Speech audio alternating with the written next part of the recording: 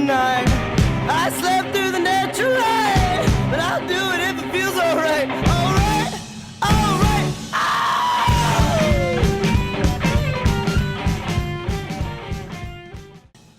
Hello, and welcome to the Central Coast Poetry Shows. And I'm your host, Jim Russo. My reason for producing this show is this. For about 10 years, I've been reading and attending poetry readings all over California's Central Coast. And during that time, I've had the privilege of hearing and seeing some very talented poets read their own words. This show is to be a platform for those poets to be seen and heard by you. My first guest tonight is Dane Cervine. Dane Cervine's books include Kung Fu of the Dark Father, that was published in 2015, How Therapists Dance, that was published in 2013, and The Jeweled Net of Indra, which was published in 2007. Saddle Road Press will be published his new cross-genre work of Zen, koan, and prose poems in 2018, entitled The Gateless Gate, Polishing the Moon Sword. Dane's poems have won awards from Adrian Rich, Tony Hoagland, The Atlantic Review, Censura, and he's been nominated for a Pushcart. His work appears in The Sun, The Hudson Review, Tri-Quarterly, Poetry Flash, Catamaran, Miramar, Rattle, Sycamore Review, Pedestal Magazine, among others. And now, without further ado, I'd like to introduce my guest, Dane Cervine. Dane, welcome. Hey, Jim. Well, we've known each other for a long time. Yeah. We've actually worked together on other projects in Santa Cruz. Yes. I think we were together in 12 for the 100,000 poets That's right. around the world. That was fun. Yeah. That was real fun. But that isn't what I want to talk about. What I want to let you tell us about things that are on your mind. Well, it's a pleasure being on your show and being here. I just love how you support poetry in this community. One of the things on my mind was... Thank you. Yeah. One of the things on my mind is, for those poets like myself who didn't necessarily come up through the literary world, one of my role models has been William Carlos Williams, who was Mine too. a physician and who managed to write poems on the back of his prescription pads. So I spent many years, I'm a local therapist, but directing the child and adolescent mental health services for the county, and fell in love with poetry, particularly when my children were born, and my son, you'll see in a little bit, read tonight. But finding ways to not only write, but to bring poetry into the job I had. And so we would have folks like Dennis Morton come up to juvenile hall and teach youth how to write. And it became not only a creative expression, but a healing process for youth to find ways to bring their lives into poetry. And I would have to do a report to the Board of Supervisors every year, and I would always lead with poems from our family members and from our youth. Oh, fabulous. So that's been a delightful way for me to blend my worlds together. Mm-hmm. I am a local therapist now. I retired from the county about 2.5 years ago, but I'm finding I'm really enjoying working with students and anyone, but who have a particular creative bent and are looking to understand some of the dividing line between what is healing, what is mental health, and what is creative expression, and where does your art come from. And so that's a very gratifying time of my life right now to do some of that. That's fabulous. That's fabulous. Dane, I ask all my guests, of all the poems you've read, do you have a favorite? It rotates every day. My current favorite poem. I get that a lot. I do have one. No one wants to admit it, but then suddenly they have one. Well, they're all my babies. No, I know. I know like exactly all of what you them. mean. I know exactly what you mean. Well, what I'm going to do is I'm going to ask you to step to the podium and read that poem first, if you would. Okay. And then give us much more. Very good. Ladies and gentlemen, Dane Cervine.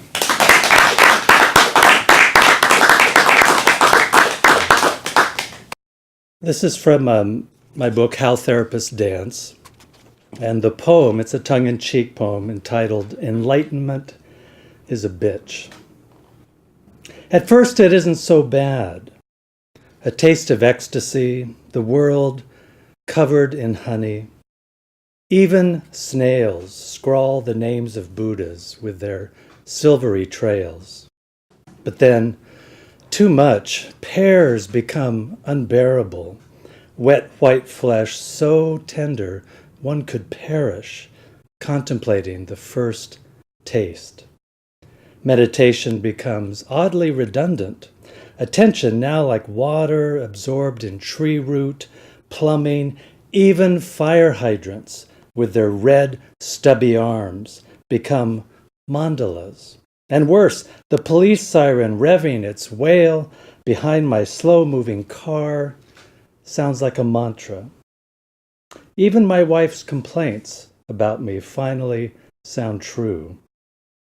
I just bow, kiss her slender hands, carry the garbage outside. But damn, the moon!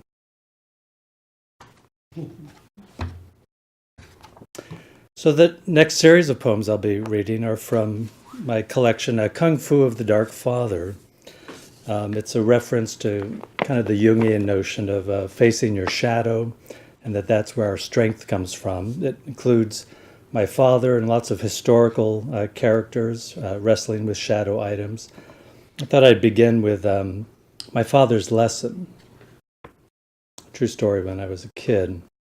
I picture him standing in the church superintendent's office, the grim man threatening to fire my father from his pastorship in the small town of Live Oak if he continued to attend the interdenominational prayer group that spoke in tongues.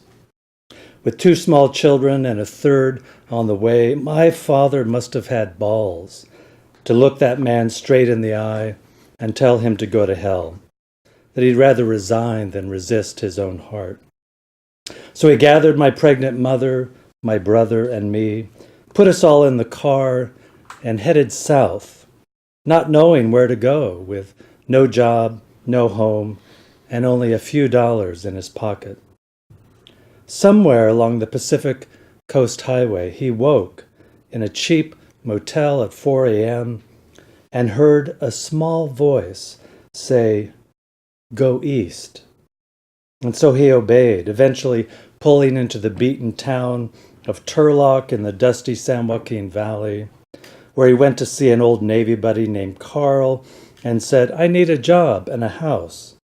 Carl said he'd hook him up with a school superintendent the next morning because they were hiring teachers, and my father walked outside to see Carl's neighbors loading furniture into a truck and asked, "Is this house for rent?"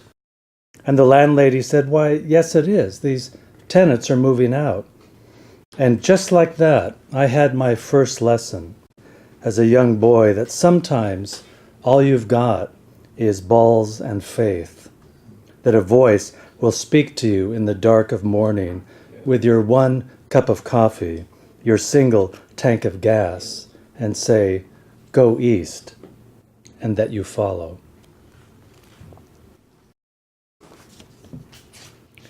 In that small town I grew up in, it was a little tough, and there was something about how to find your toughness in order to find some enlightenment in life. This is called Moonbeam at the Destruction Derby. Moonbeam Avenue is named for the auto wrecker at the highway off-ramp in my hometown, who perhaps because of his name was the hero of the Destruction Derby every summer at the county fairgrounds. I'd sit in the stands with popcorn and Coke, watching the beat-up cars, their dents and bent fenders pounded back into shape from the prior week's bruising, crushed headlights replaced. Watch them circle again, motors gunning, smoky, aiming their numbered tank-like engines at each other, careening backwards at high velocity to ram their steel-barred trunks into those delicate engines of opponents. It was carnage and chaos of a high order, the odor of battle, of fire and metal. And we sat entranced, watching one mad hero in this small, desperate town amid the cracked marriages, the battered jobs, smash things repeatedly and survive. For all of us in this broken world, how Moonbeam would step from the last car running, wreathed in a laurel of oil and diesel and smoke. Next poem is entitled Amateur Night. As I got older, moved to Santa Cruz, there was a great bar down the street called Dragon Moon. Amateur Night. Yes, I was a male stripper for one night. Well, 3. It started at the Dragon Moon, a seedy bar down the street from my house where straight, gay, and lesbian could groove together to Mick Jagger and Michael Jackson. I was in college, an ex-Jesus freak, my girlfriend accommodating my dance fetish a couple nights a week because she thought I needed to loosen up a bit. But one evening, I drank beer with a blonde Bengali surfer who stripped at another club, liked how I moved, said I should compete in the amateur night contest. What better way, I thought, to strip the remnants of my evangelical fear of the body, escape St. Paul with his distaste of the flesh. Jesus, though, was Hebrew, not yet made ethereal. I imagined him loving his body, the incarnation of it all. Carpenter's hands and shoulders, firm hips, the navel floating above his groin like a gibbous moon. The same moon I gyrated in the bar's night. To be a man seen in this way was like a resurrection of something crucified, buried. So when I slid across the neon disco stage like John Travolta in Saturday Night Fever, slipped out of my jeans and pretended to be a young messiah, women stuffing dollars in my embarrassing briefs, my girlfriend winking and feigning a swoon. I knew my body had been saved, that I was finally born again. One of my interest areas is meditation and spirituality, and I have a particular fetish for appreciating failed gurus and their humanness.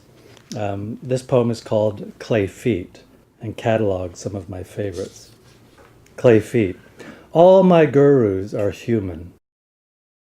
The best ones embarrassingly so. The intellectual Indian with the alligator shoes, fine white hair brushed forward in a perfect wave over his Brahmin bald spot, who fell in love with a woman he wasn't supposed to, walked away from the community he was groomed to lead as the New World avatar, makes me trust him more, that he's not pretending to be human, that he in fact is.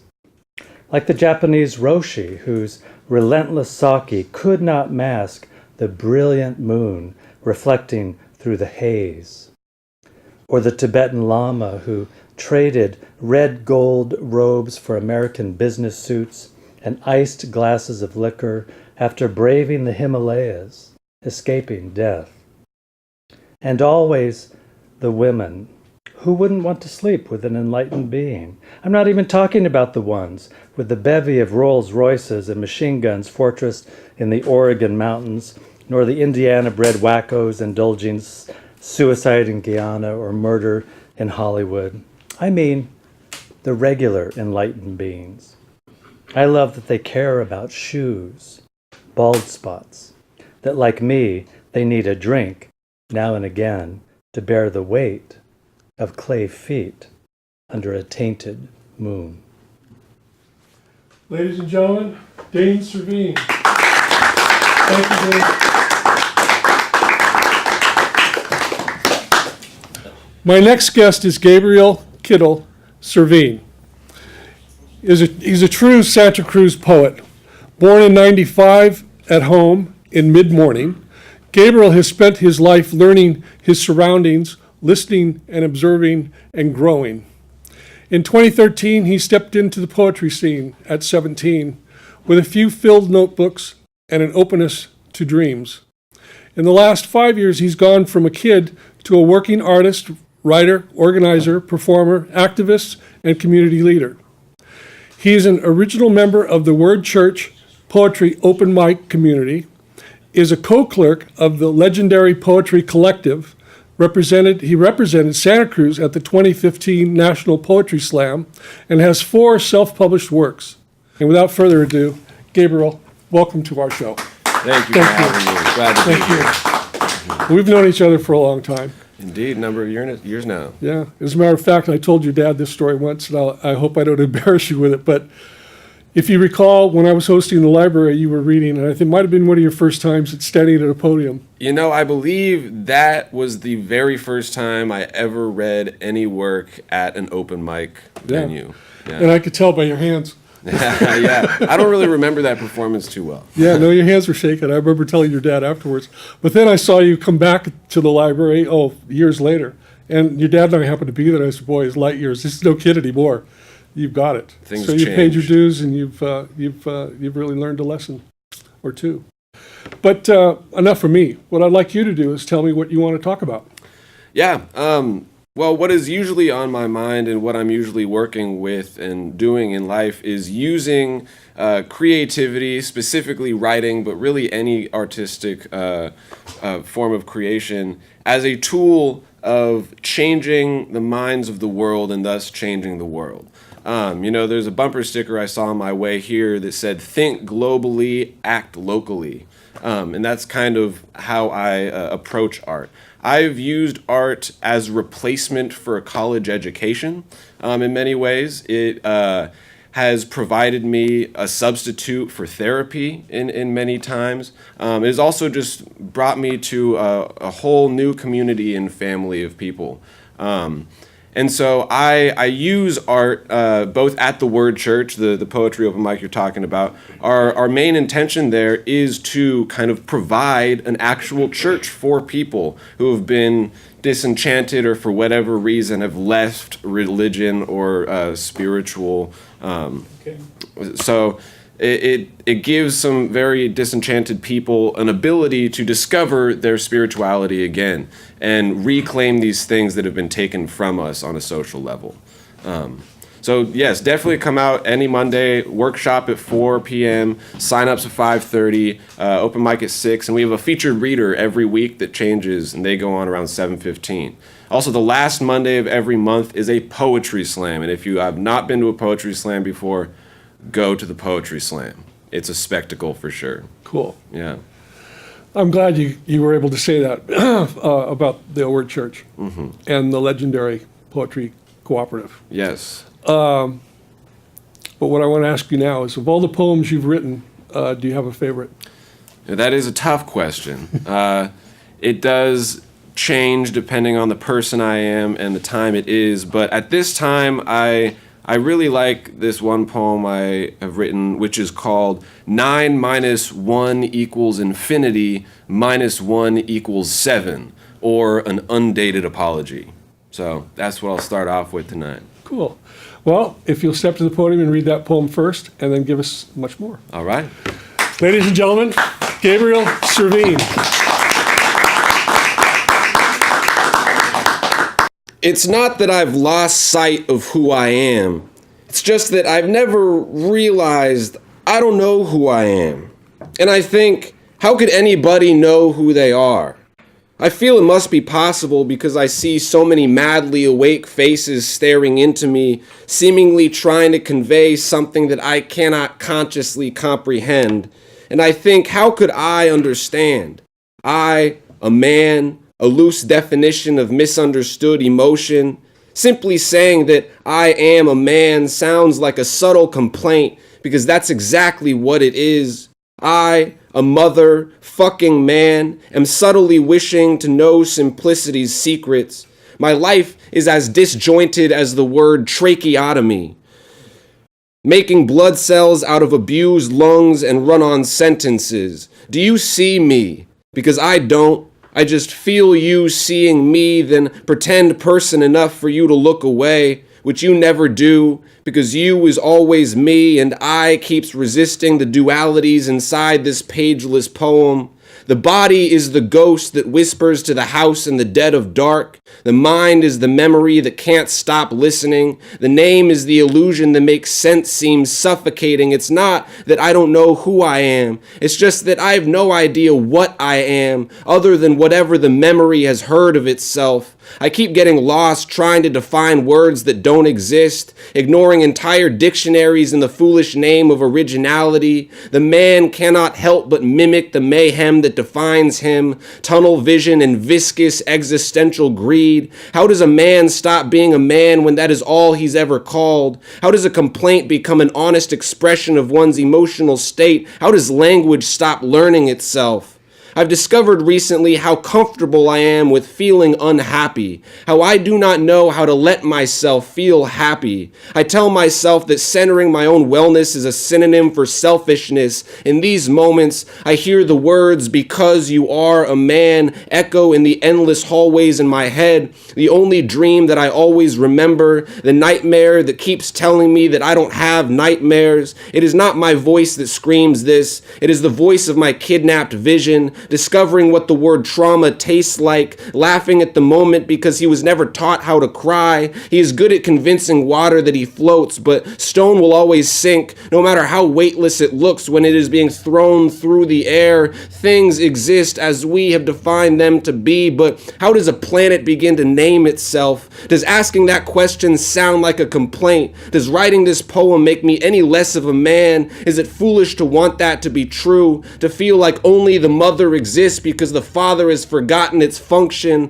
My friend never stops asking me, "What are you running from?" My response always changes, but the answer stays the same. Being called a man, simply, without subtlety or apology. I understand that one must stop being a man before the world will stop calling him a man. I understand that understanding has nothing to do with words. I understand that I will never understand, at least not out loud, at least not when you is watching me. I understand now will soon be then, and he will soon be gone, and the memory will learn how to respect the house, and the house will accept the mind that never learned how to look beyond the mirror. May the man inside of the moon make the waves in his eyes move over the reflection of the sky that he's stuck staring at. May his vision become light until all that I is dissolves organically into the ocean.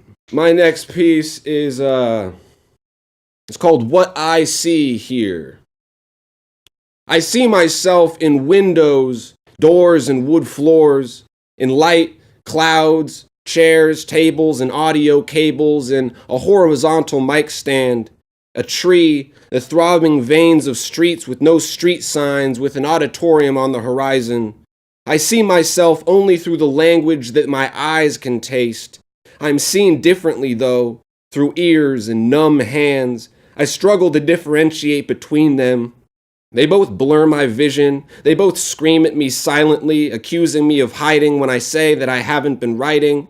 I learned to be honest with other people by lying to myself, and that is not an easy habit to break, throwing bottles off of balconies then pretending they were never there. I don't feel ready to break my habit of compulsively breaking other people's habits, a jaw full of teeth who hate themselves. I keep smiling and looking down when I'm misrepresented, misunderstood, misidentified, misquoted, and mimicked through metaphor. I always wonder if other people read as much into my rambles as I do, because it certainly feels like it, even though I don't feel worthy of making that judgment. I keep writing to try and run away from what others see me to be, but damn, look how ineffective that's proven to be. Drinking to avoid a terminal hangover, biting the tail of a dog that does not exist. Literary devices and lyrical vices are all that exist. Writer's block is just a pen name for depression, trauma from lessons I wasn't prepared to learn. I convinced myself I was stable at the age of 17 to become some manifestation of some fabled human being that some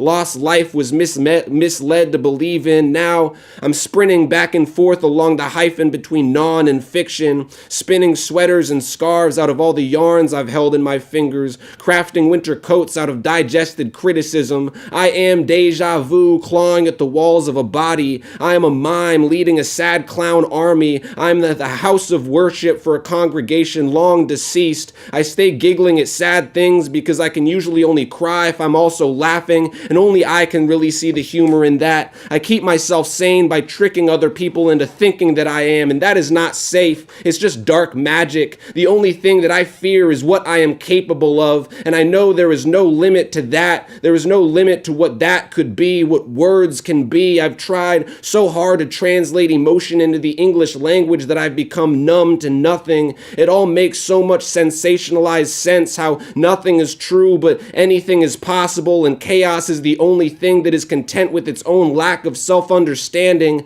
I am lost love, love like the lacking of life, with loud blood and a quiet addiction. I crave reciprocated confusion without fear or expectation. I dream of flying and nothing else, just moving through motions as simple matter that simply matters because it moves. I learned how to cry by looking into mirrors, and I've never fully recovered from that. I've never committed any amount of time to intentional recovery for myself, and I could not tell you why, though I know why. I am nothing more than a quilt. I cannot produce warmth, only absorb it and spread it to the parts of the body most in need of embrace. I'm a padlock with no key, self-aware as can be, so mote it be. I become everything anybody imagines me to be, so where does that leave this body? No, please don't answer that question. Words are spells, and what we say is what will happen. So may I say I am here, and I am always here now, and I will say that until I believe it. I can say anything, and someone will believe it. I wake up, and my memories fall from the ceiling and shatter on the floor, breaking my mind into jagged shrapnel like spit from unmuzzled mouths. I move grief through my teeth like coconut oil, spit the spirits out into dormant dollhouse yards, hacking up flowers with the last words of tongues I never knew. Do you know what I'm talking about? No, please don't answer that question. Please don't ask me questions about what killed my childhood. Just look into my eyes and learn for yourself. All my poems are just solidified tears, whispered to me by youthful, suicidal love. I'm not here to be seen. I could care less about being understood. I just want you all to listen when I say thank you.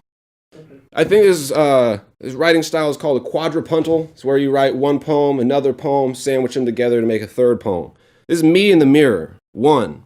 My closest friends comfort me within mirrors. I see a different pair of pupils looking back at me every time, although my cornea has always been a complex shade of tree bark. I choke on my imaginations sometimes. I think until I'm suffocated by my own craving to kill the ghost that tries to trap my image. The contradiction of my breath breaks every silence into me and the mirror, lost. 2.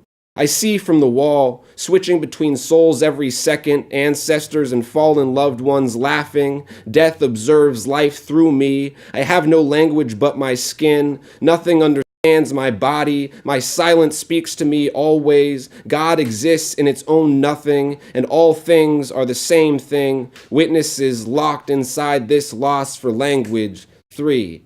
I see my closest friends watch from the wall, comfort me within mirrors, switching between souls. Every second I see a different pair of pupils looking back at me, ancestors and fallen loved ones laughing every time. Death observes life through me, although I have no language but my cornea. My skin has always been a complex shade of nothing. Tree bark understands my body. I choke on my silence. My imagination sometimes speaks to me. I always think God exists until I'm suffocated by my own craving to kill the ghost that tries to trap my image in its own. The contradiction of nothing and my breath breaks every silence into all things. Me and the mirror are the same thing. Witnesses locked, lost inside this loss for language.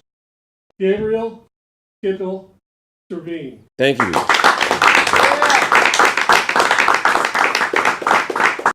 Thank you for watching Central Coast Poetry Shows. Please find us again. This is Jim Russo saying thank you and good night.